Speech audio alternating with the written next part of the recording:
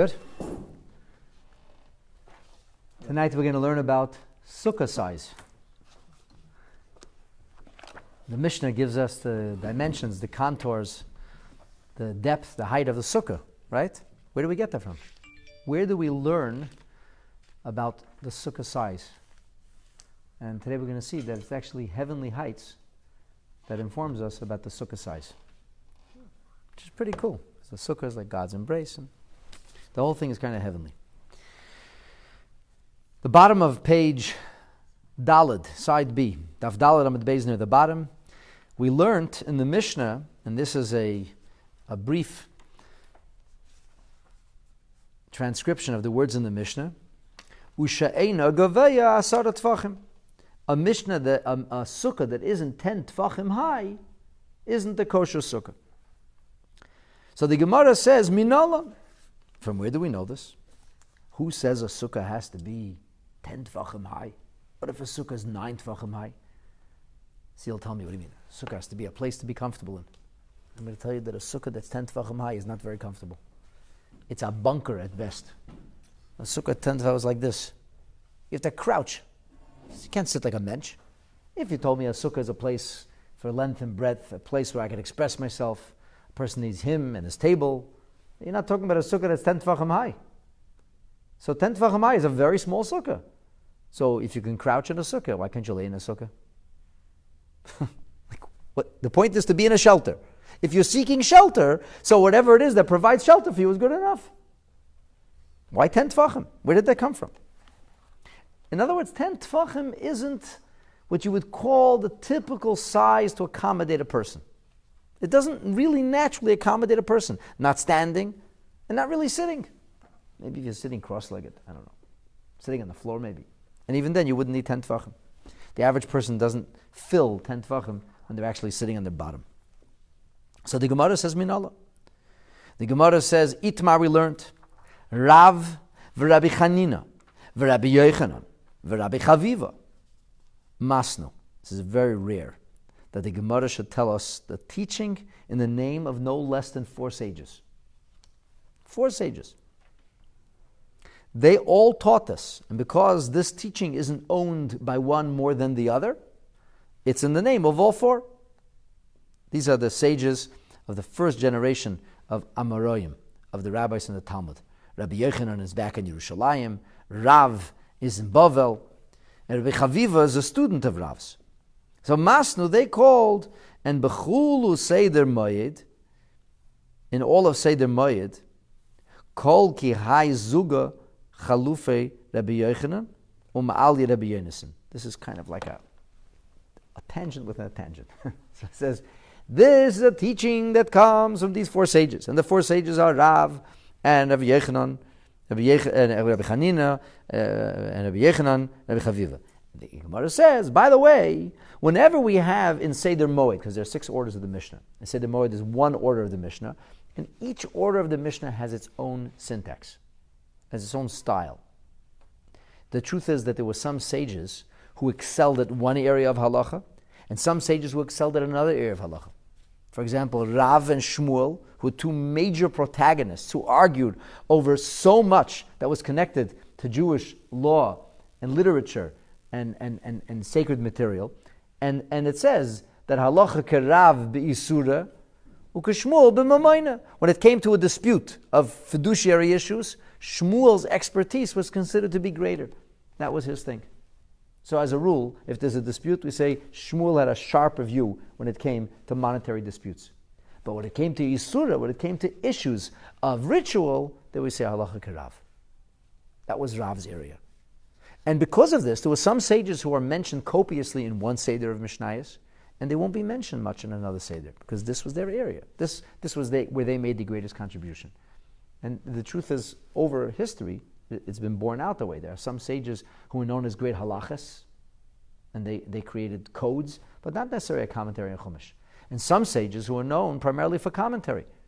Rambam is best known for codes, for Mishnah Torah. He codified things. He codified Jewish faith, 13 principles of faith. He explained the Mishnah. But he's not best known as the commentator of the Mishnah. He's best known as the author of the Mishnah Torah. the great codifier. Rashi didn't write much halacha. There are some halachic treatises from Rashi, but primarily Rashi's expertise, Rashi's major contribution for posterity is his commentary. Rashi is the great teacher who explains how to learn a pasuk chumash, what the Gemara is saying, and so on and so forth. So, over history, if great sages known for one or the other.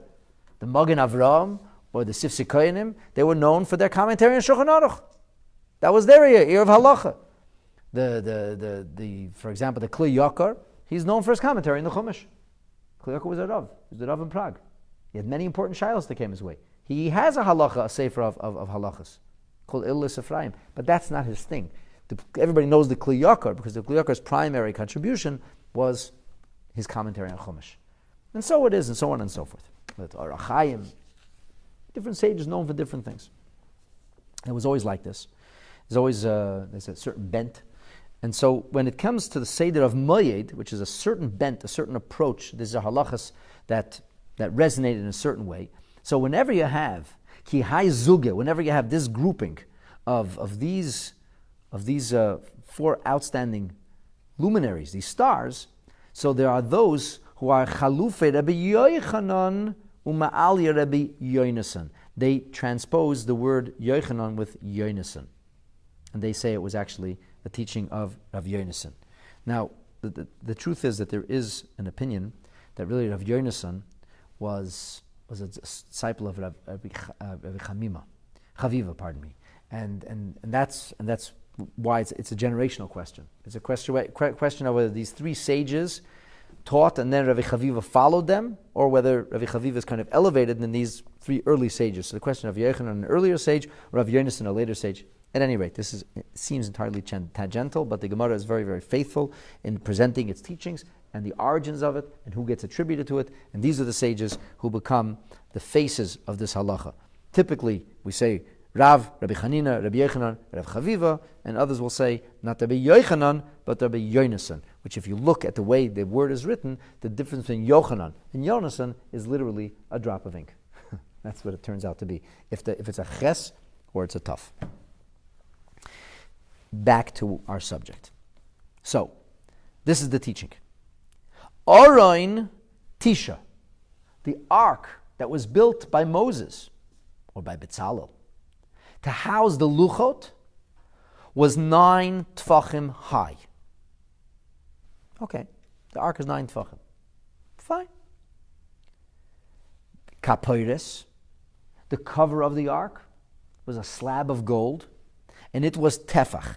It was a tefach thick, which incidentally is an extremely thick slab of gold. I'm talking about a slab of gold. The covering is this thick. There's a beautiful sikha from the Rebbe in Chumash. Why does Rashi have to emphasize that the kapoiris was a slab of gold that was a tefach thick? I mean, we know where Rashi knows it from. The Gemara says it, but why is that important in the commentary on the Chumash? And the Rebbe says simple, that if you just do the calculation, you don't have to be an engineer to know that there's a fairly wide space that it's covered on top of the ark, and very heavy figurines, gold figurines, that if the slab would be less than a tefach, it would simply collapse under its own weight. It's an engineering impossibility. So therefore, it's a given that in order for this to work, and even a child could know this, gold is soft, and for it to work, it would have to be a very thick slab of gold. But at any rate, the Gemara says this, so we have an aron that was 9 tfachim. The aron was comprised of 3 boxes. 3 boxes. There was an outer golden box. There was a wood box, an acacia wood box that was placed inside it. And then there was another gold box placed in that. So technically, the wooden ark was plated by gold, but not electroplated or even real plating of once upon a time. It wasn't like gold that was actually melted onto the wood. It was actually 3 separate boxes. Now what would happen is, the outer box had what's called a zer. It had like a crown. So the zer came up higher. And then you had 2 boxes inside, so you had a lip that went around the box. That was the diameter, the thickness of the wood box, and the golden box inside it. And that was the shelf, if you will, that the slab of gold, the cover rested upon. So it rested upon these 2 boxes on the inside. The outer box went up, covering everything. But the end is that the flat surface from which the figurines extended was 10 tefachim from the ground. Because you had an aron that was 9 tefachim, and you had a cover that was a tefach. So you're talking about 10 tefachim. So you must be thinking, what's going on here? Was there a sukkah inside the aron? Did somebody fit in there? What's the point we're making over here? So the Gemara says like this. Kapoiras tefach. Harei kan asara. What this does for you is it gives you 10. Okay, fine. So the top, the roof of the aron, if you will, or the top of the ark, is 10 tefachim from the ground. Uchsiv. Now, it's written in the Torah that when Moshe Rabbeinu would receive the commandment, the mitzvahs, the Torah being dictated from Hashem, so it says, V'noidaiti lecha sham, I will make myself known to you, I will speak to you, or as it's brought down, that this is Lashon Moed. Lashon Moed means an appointed time or place. So there's the appointed method through which God would speak to Moshe Rabbeinu was there. V'dibarti itcha, God says, I'll speak to you, me'al hakaporos. The voice of God would reach Moshe, it would reverberate from the top of the ark. So I have an ark coming up from the ground, 9 tefachim, the shelf that's holding up a thick covering of gold, and that covering gold is a tefach, which gives me a sum total of 10 tefachim from the ground. And 10 tefachim from the ground, that's where the voice of God was heard. Okay, so let's take a look in Rashi here before we turn the page. B'chulu Seder Mayed, Rabbi Chanina, Rabbi Yochanan, Rabbi Chaviva, Masnu. So, Lahach Milsa L'Kaman, Rashi says the teaching that's about to be introduced to us comes in the name of these teachings. B'chol Seder Mayed, Kol Heched Amrinan, Hai Zuga. Whenever you have this conjunction, whenever you have this grouping of these 4 sages, B'shmaitza, in the teaching, Ika Amayra, there are those who understood the Machlefei Rabbi Yochanan or Maile Rabbi Yonasan, that this is a mistake. Their version was that it was not Rabbi Yochanan, rather Rabbi Yonasan. Oroin Tisha, Govhoi, says Rashi, the height of the aron, as it says, Amma v'cheitza kamasei, an amma and a half. V'amma, how tall is an amma? What's the diameter, the width of an amma? An amma is shisha tfachim. An amma is 6 tfachim. So an amma and a half is going to be 9 tfachim. It's a no-brainer. An amma is 6 tfachim, an amma and a half is 9 tfachim. So we know that the aron, the height of the aron, which is an amma and a half, necessarily has to be 9 tfachim off the ground. And God's voice is coming to Moshe Rabbeinu on the covering of the ark, which is 10 tfachim off the ground. Okay, very nice. So that was the communication device. That's where God made himself known. That was his meeting place, if you will, his rendezvous. His method of speaking to Moshe Rabbeinu was through the ark. That's where the voice would come, through the ark, and from there Moshe Rabbeinu here. Very nice. It's a broadcast, a powerful broadcast. Nobody else was tuned into the right dial. Moshe Rabbeinu heard the broadcast, was the voice of Sinai. Everybody else was stone deaf, didn't hear a word. Didn't get the broadcast.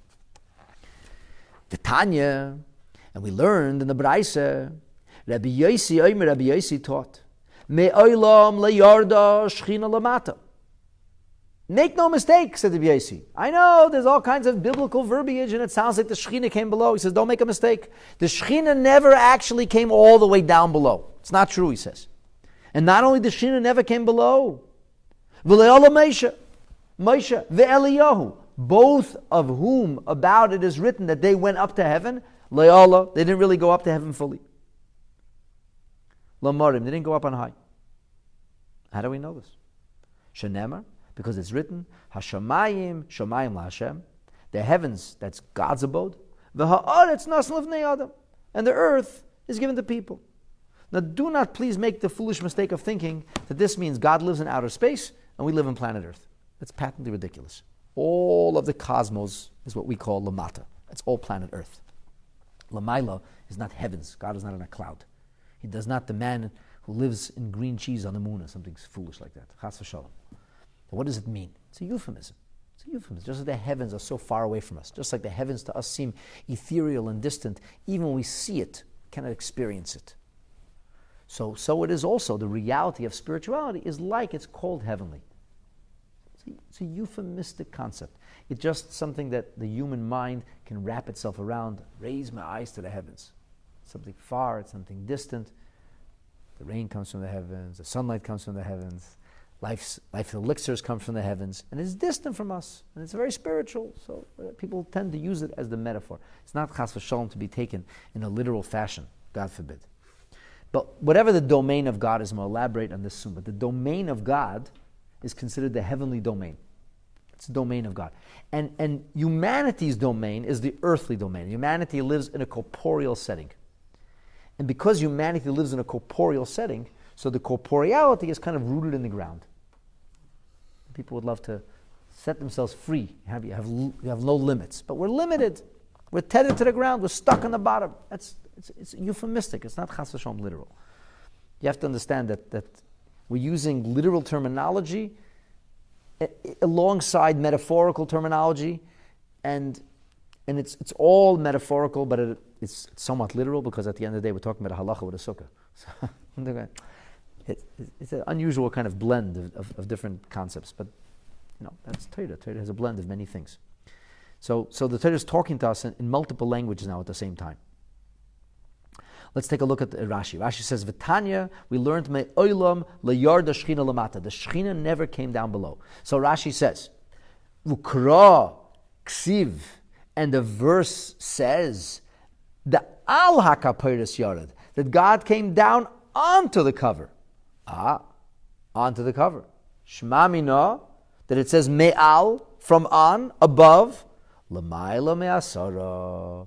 But above 10 tvachim mifsiki. It stops. Even the laws of Shabbos, there's a law that Rishus HaRabim, a public domain, is within 10 tvachim. Higher than 10 tvachim is not Rishus HaRabim anymore. 10 tvachim means it's in our realm. It's within our reach. It's on the ground. Things can lift off the ground temporarily. It's still rooted in the ground. Above 10 tvachim is considered to be a separate reshut, separate domain. So in other words, what we are identifying here is that God's presence is amongst us. God reveals His presence amongst us. He says, I dwell amongst you. That's the whole premise of this Judaism thing. This whole Yiddishkeit thing is about Hashem saying He dwells amongst us, that God's presence is amongst us. But God's presence amongst us doesn't mean that God's our buddy. It doesn't mean that we understand or grasp God. It means God allows Himself to be in our realm, but always distant. He's within our realm, but at the same time, don't foolishly think that we're on equal footing with God.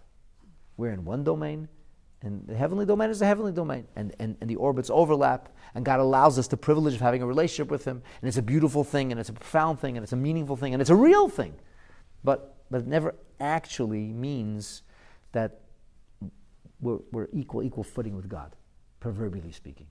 So the notion that we're not on equal footing with God, the notion that we don't really understand, we can never understand God, means that God's never really in our domain. He's always a domain removed.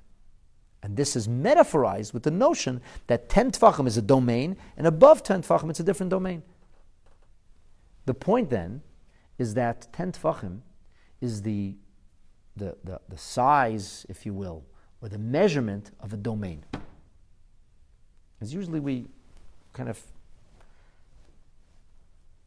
identify areas technically by their length and breadth. When is a person's space? A person could stand. That's a person's space. What about a person laying? Is he occupying a space? So we can't be looking where a person could find shelter. If we're looking where a person could find shelter, a sukkah should be whatever you can find shelter in. If it's the shelter I need now and that provides shelter for me, that's fine. So clearly it's not exactly like that. So it has to be a domain. The sukkah has to have a designation as a domain. And the question is, what is the modicum? What is the smallest amount of a domain for something to actually be able to be identified as a domain? And the Gemara is telling us that based on this business of the ark being 10 tvachim high, which dovetails into the teaching of Rabbi Yossi that says, Me'olam la'yarda shechina lamata, God doesn't come down below in this world, means that our domain is never fully inhabited, if you will. It never fully plays host to God, and God is always somewhat removed. But the upshot of this observation is that 10 tvachim is a domain. So now we know it's a domain. So until this point, you could think that 10 tefachim is not about a domain, because it's not about the roof of 10 tefachim, but it's about, what's considered to be a fence, what I can jump over easily or walk over easily, or something that makes it a barrier. Barriers are important if you want to be protected. If I want to have my own private space, I want to have a barrier. So 10 tefachim, that already makes a demarcation. It's not a shared space anymore. That's how we understood 10 tefachim up until this Gemara. Now the Gemara is identifying 10 tefachim not just as a demarcation, as a barrier, but the Gemara is identifying 10 tefachim as a domain. It means the height of 10 tefachim, that's an actual domain, because the sukkah is not really about barriers.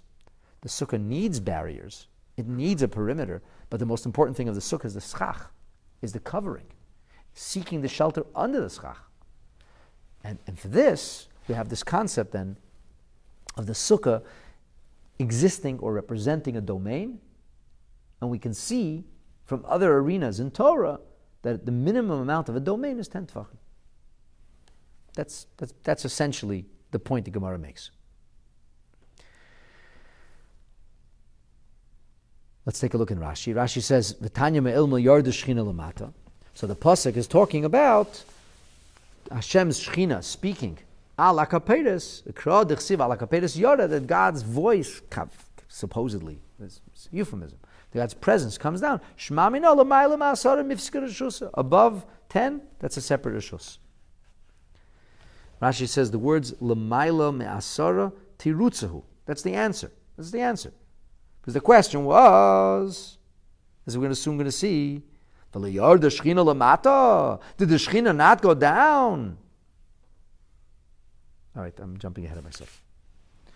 So far, you got the idea? The idea is clear to everybody? Understand? We identify, we're talking about something which is somewhat ethereal, but at the same time has to be somewhat practical. And really, it's a beautiful thing to see how in Torah, the most ethereal kind of concept, most heavenly and spiritual reality, describing a phenomenon that we really have no idea what we're talking about because we never experienced it, we have no frame of reference. This has a direct bearing on a very practical and a very technical definition of what's called a domain or a dwelling for the halacha of Sukkah. It's quite fascinating. All this comes together. But the Gemara is not going to accept this, quite so quickly. It says, you're telling me that the Aron had to be 10 tefachim because God doesn't come down into this world, proverbially? Is that what you're telling me? So the Gemara comes with a question. The Gemara says, are you going to tell me that the Shechina didn't come below? V'haksiv, there is an open pasuk that's found in the 19th chapter of Exodus, in the 20th verse, which is describing the events of mass revelation at Sinai. And it says, Vayered Hashem al har Sinai. God lowered himself down onto Mount Sinai. And he came El Reish Hahar. He came to the head of the mountain, the summit of the mountain. Vayikra Hashem LeMoshe, and he called to Moshe El Reish Hahar. And what did Moshe Rabbeinu do? And Moshe Rabbeinu went up the mountain. So you're telling me God doesn't come down? That's the very description that the Torah uses to describe the events that immediately preceded the giving of the Torah. Vayered Hashem al har Sinai. So the Gemara says, L'mayla me'asara tvachim. And for this Rashi says, Tirutzahu. You have to read this like an answer. You're asking the question, it says that God came down. Rashi says he came down, but always 10 tvachim. In other words, he was hovering, he was not in this world. The presence of God always hovers above the actual domain of the material or corporeal reality. It never comes into 10 tvachim. Do you know that in Hasidic lexicon, it's common for us to bless each other, especially during this time of the year. We say it should be lamata ma'asara tvachim. That whatever blessings, they shouldn't be in the spiritual realm, which is also pretty good. Because if it's not in the spiritual realm, it's definitely not going to be in the material realm. But just because it's in the spiritual realm doesn't mean it's in the material realm. A simple example would be, you can have information in the iCloud, but if you can't actually connect to the device, your device can't open it because you're Apple and that's something else, it doesn't help you. You have the link, the information's there, you're not getting it on your device. So we give the bracha that it should be lamata me'asara tvachim. It should be, in other words, in our domain. Not in a heavenly domain. It should be good said everything is good. No, it should be toiv, hanire, v'hanigla, good that we can identify, we can see as good. And it should be lamata me'asara tefachim, not good which we can identify with some spiritual realm, but good that we can experience in our realm. There was a year that it was said that it was very propitious for Mashiach to come, and the Rabbi were talking about this, and Mashiach didn't come that year. So the Rebbe Maharash, the youngest son of the Rebbe, the Tzemach Tzedek, asked his father, so it was a ketz, supposed to be Mashiach, supposed to come, and they said this is a propitious year. It didn't happen. So the Tzemach Tzedek said, yeah, but the Lakut Torah was printed. In other words, all these teachings of Chassidus, that's a forerunner of Mashiach. The whole idea of Mashiach is Deus Hashem, knowledge of God. The Lakut Torah is printed finally. And there was a Gzeira, and there was a decree. The government didn't want to allow it to be printed. They shut the printing houses down. The Lakut Torah was finally printed. It's a breakthrough. But the problem is that's not Mashiach, Lamata Masara Tvachim. That's a proverbial step in the right direction. That's a theoretical redemptive moment.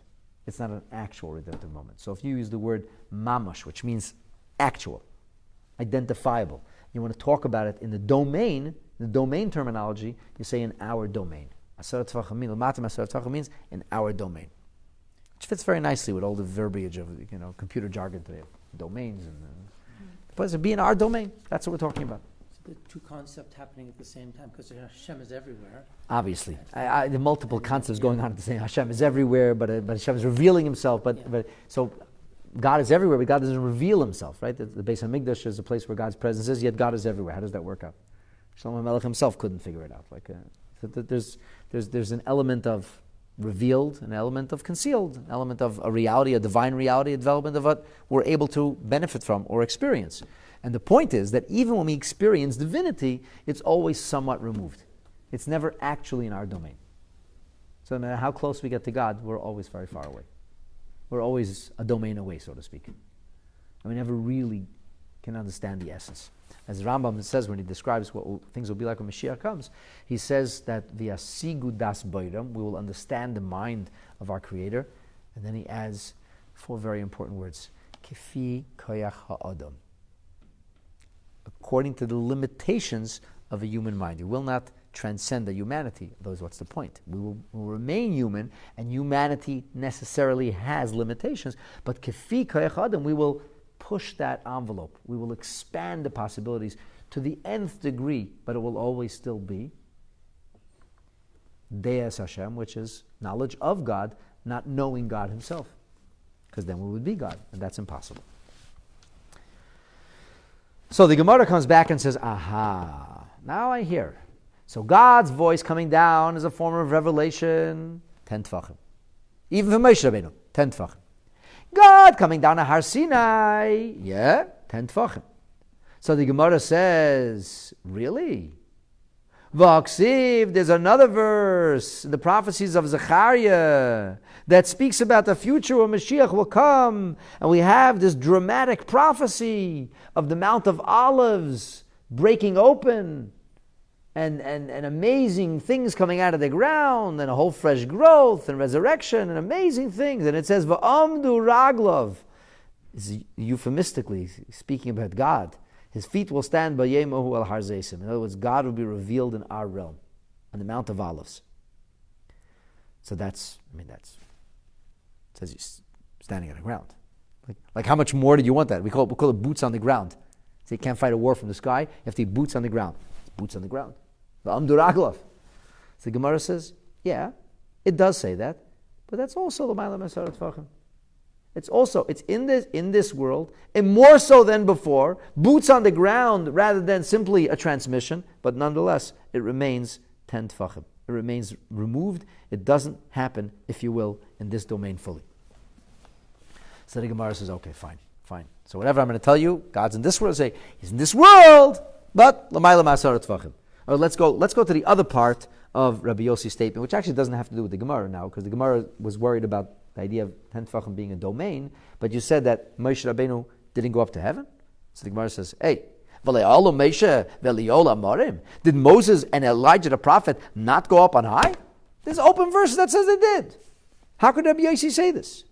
V'aksiv, it says, U'Moshe Allah Elho Elikim, Moshe Rabbeinu did go up to God. So the Gemara says, yeah, he went up to God, but lamata asara tvachim.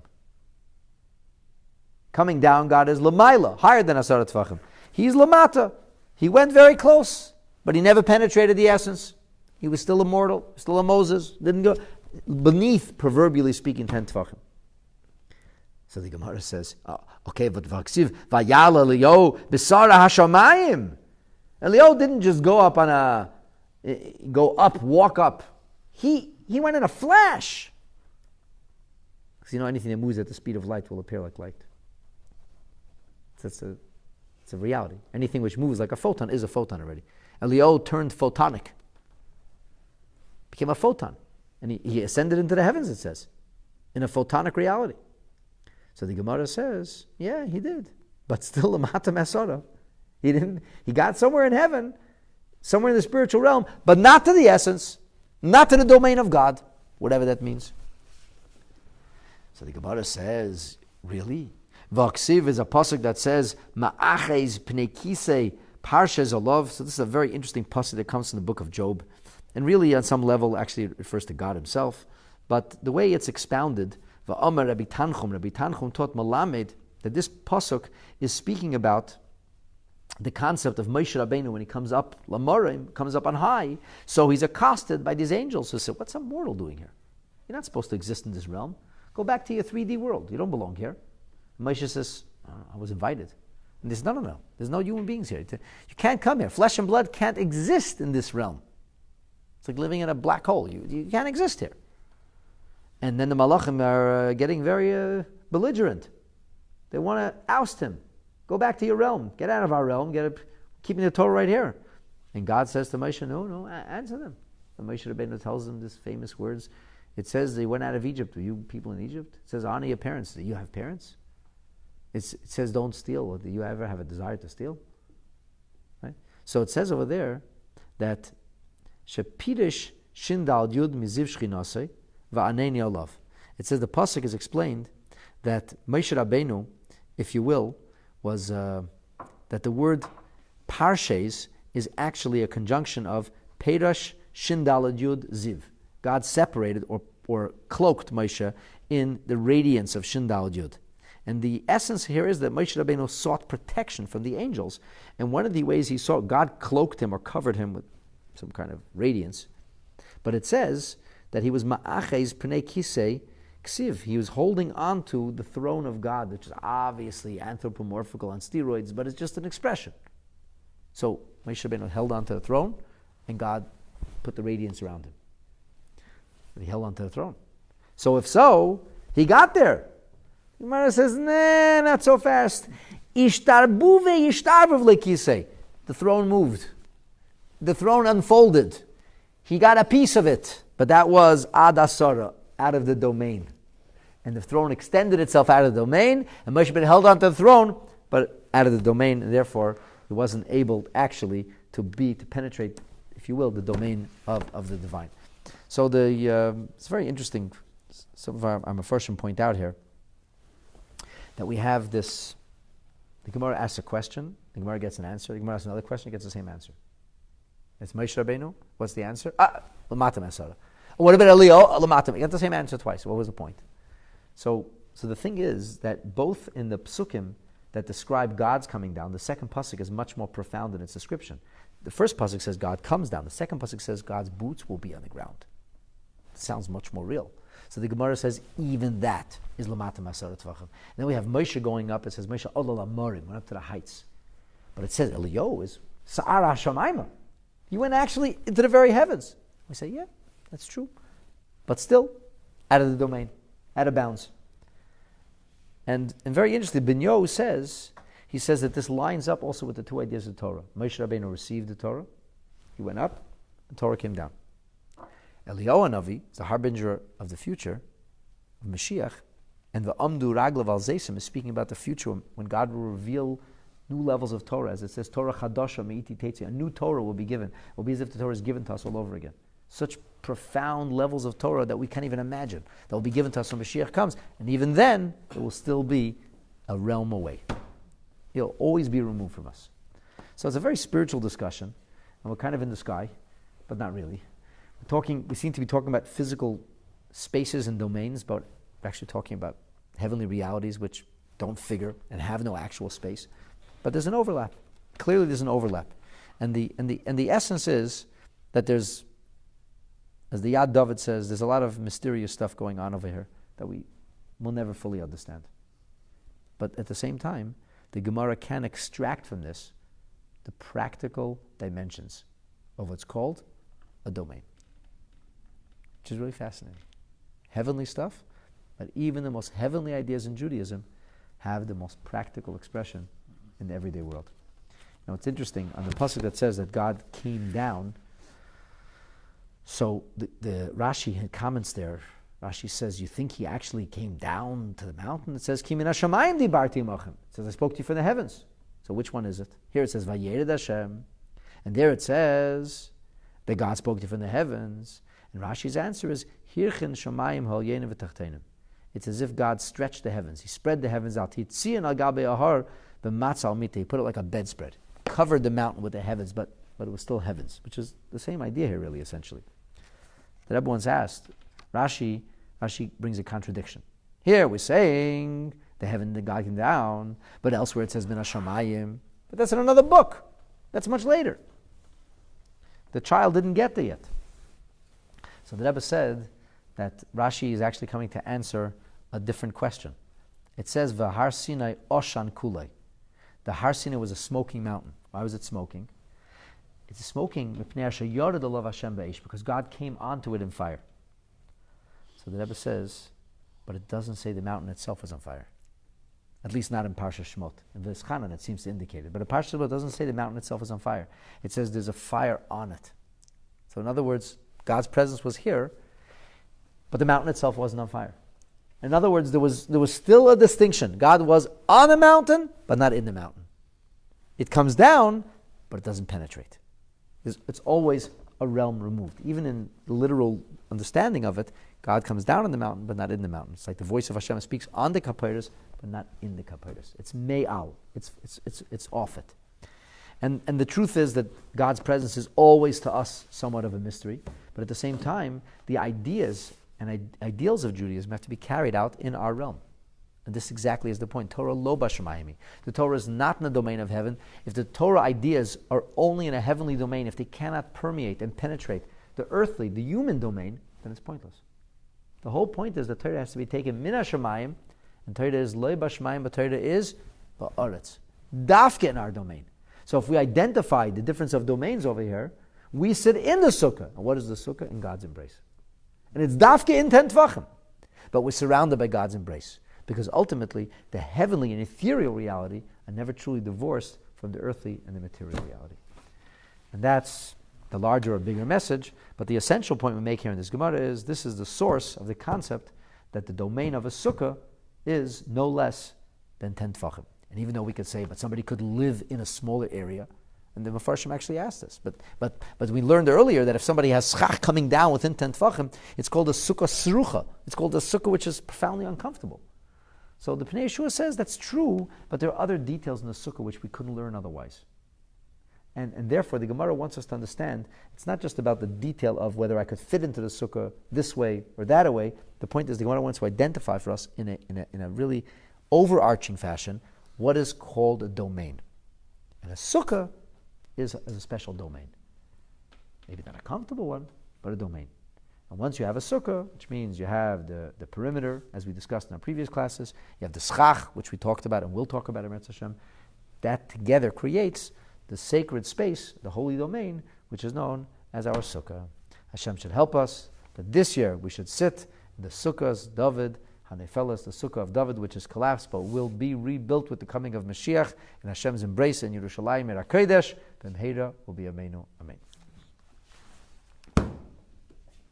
All right. Beseder.